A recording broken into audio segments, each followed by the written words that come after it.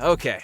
Be real with me for a second. Is anyone even surprised when David Dobrik shows up in the news anymore? Because I gotta be honest, I know I'm not. It's like that BuzzFeed article with Seth Francois came out in February 2021, and the floodgates just opened. It feels like there have been non-stop complaints about him ever since. From the whole situation with Dirty Dom, to Trisha Paytas going off about him and frenemies, to Big Nick saying he basically created a cult on the H3H3 podcast. It just keeps escalating. And with every new thing that comes out against him, it just seems like it gets worse somehow. Like you see his name trending on Twitter now and it's just like, oh, surprise! In case you forgot, David Dobrik is a terrible person. As if anybody actually needs a reminder at this point. I know I don't. It's kind of hard to forget that when there are so many people coming out against him. You know it's bad when his own friends have started turning on him. It's not just acquaintances anymore. You know, he can't just brush it off as being unimportant now. Members of the Vlog Squad, the people who are in his inner circle of friends, and his most dedicated defenders are starting to speak out against his behavior. At first glance, Jeff Wittek might just seem like the latest in a long line of people coming out against David. And I get it, I really do. Jeff has been a member of the Vlog Squad for such a long time and has been involved with so many of the things David's now being called out for that it can be hard to look past that. But the things he said about David's behavior surrounding this whole situation are honestly pretty chilling. And after what happened to him because of David's actions, well,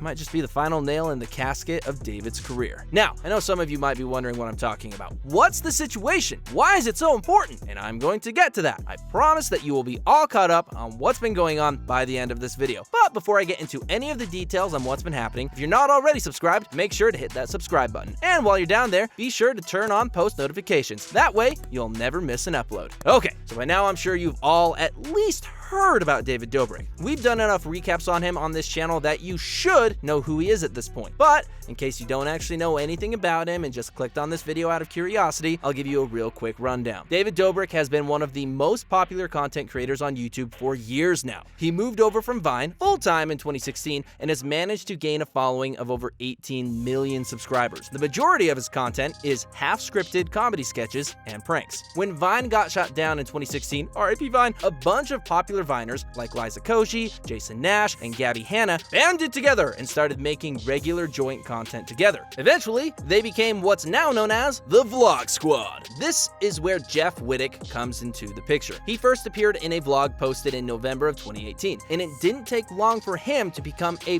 permanent feature of the videos. He was in a lot of their content throughout 2019 and even into 2020. It didn't last long though, because I think it's safe to say that Jeff's not a member of the Vlog Squad anymore. Not after the things he said about David. Okay, so now you have an idea of who these people are. Let's get into what actually happened. In order to do that though, we need to jump back in time just a little bit and really go back into when all this all started, okay?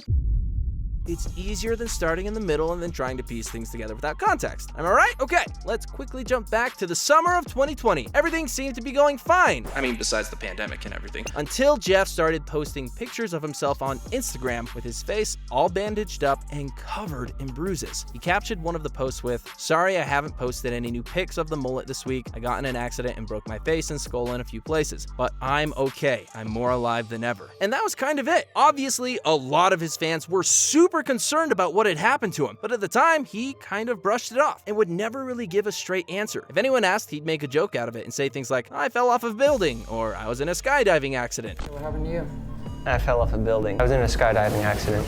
And for a long time, that was all anyone really had to go on. David had been quiet for months at this point. The last video he'd posted on his main channel had been in April. Some people thought that maybe it was because filming was too hard to work around during the pandemic. I mean, really? How many celebrities do you know of who have actually stuck to the rules during quarantine? Not many. But with Jeff's injuries now out there on the internet for the whole world to see, opinions slowly started to change. People began wondering if they'd been filming for a vlog and something went terribly wrong. Turns out those people were right to be worried. On April 18th, 2021, Jeff uploaded his first episode of his mini docuseries, Don't Try This at Home, called Coming Clean About Everything. This first episode is pretty tame. He mostly just talks about his upbringing before getting into how he first met David and how that changed his career path completely. There's nothing really that groundbreaking about the episode itself, but it did succeed in reigniting the buzz around what happened to Jeff in the first place. David's name is a hot topic these days. So when the second episode was released a couple of days later on the 22nd, accident, that's when things really started to blow up. The video titled "How I Broke My Face" immediately started getting attention because it showed exactly what happened in that accident. If you're not on Twitter, then first of all, congrats on avoiding one of the most toxic places on the internet. I envy you. But it also probably means you missed the clip of that episode that went viral. In the clip, we can see David messing around with an excavator as he starts swinging several members of the vlog squad around from a rope above a really shallow lake. The first person he does this to is Karina, who asks to get off pretty much immediately and tells David that he doesn't know when to stop. And then it's Jeff's turn, and this is where things go wildly wrong. For a couple of seconds, things go almost exactly the same as they did with Karina, but then David starts spinning Jeff around a lot faster before he suddenly tries to change direction. Anyone with a basic understanding of physics would know that wasn't going to end well.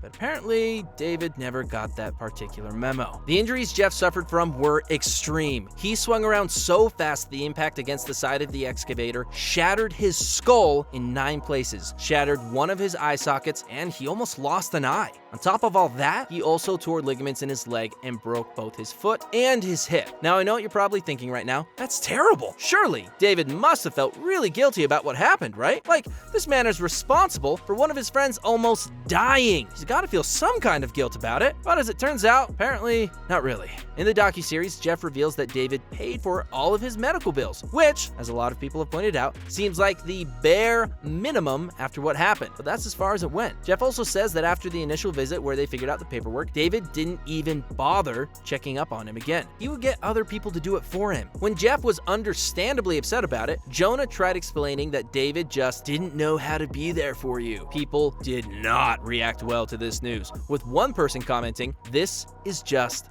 vile." He went to see him once so he could get his footage and then never once checked up again. I hope David's little empire crumbles for real this time. I can't even imagine being in that kind of situation where the person who put you in the hospital and almost killed you just completely avoids talking to you about it. How would that make you feel? Now, Trisha Paytas has been treated like the internet's personal punching bag for years now, right? I've talked about it before in another video, but to say that Trisha has become the laughingstock of YouTube would be kind of an understatement. Nobody takes her seriously because she's been out to be crazy for so long that no one believes her. Well, maybe people should start, because Trisha, she kind of predicted this. In the very first call-out video she ever made about David and her ex-boyfriend Jason Nash, she said something like this was going to happen one day. And something bad is going to happen in that group. I don't know what it is. Something bad, something dangerous, something like they do all these dangerous things. Someone's going to either die. And that was back in 2019. She said that the environment David liked to create on set would lead to someone getting hurt because he wouldn't know when to stop. And as it turns out, she was right. But she's not the only one who's ever predicted something like this could happen. With all of the attention that this situation has been getting, clips have started resurfacing from an episode of Scottcast, where Scott Sires says the same thing. He and Jeff are joking around about David wanting something to go wrong during filming, with Scott saying, That's the worst thing, when he wants you to do something for the vlog, but you know that he only wants you to do it because he wants you to fall off or hurt yourself, or that's what's gonna make it in. I don't know about you guys, that's low-key terrifying to me that these people clearly knew how little David valued their safety the entire time they were working with him. Not only that, but they didn't even seem to have a problem with it. This mentality of do it for the vlog, we have to make David laugh, might have been a carryover from the do it for the Vine craze. But it's nowhere as good. It's supposed to be you and your friends doing stupid stunts that are actually funny, not deliberately letting your friends seriously hurt for content. What do you guys think? Does this really spell the end for David Dobrik, or will he manage to make a comeback one day? How many other people have to get hurt before something changes? Let us know in the comments below.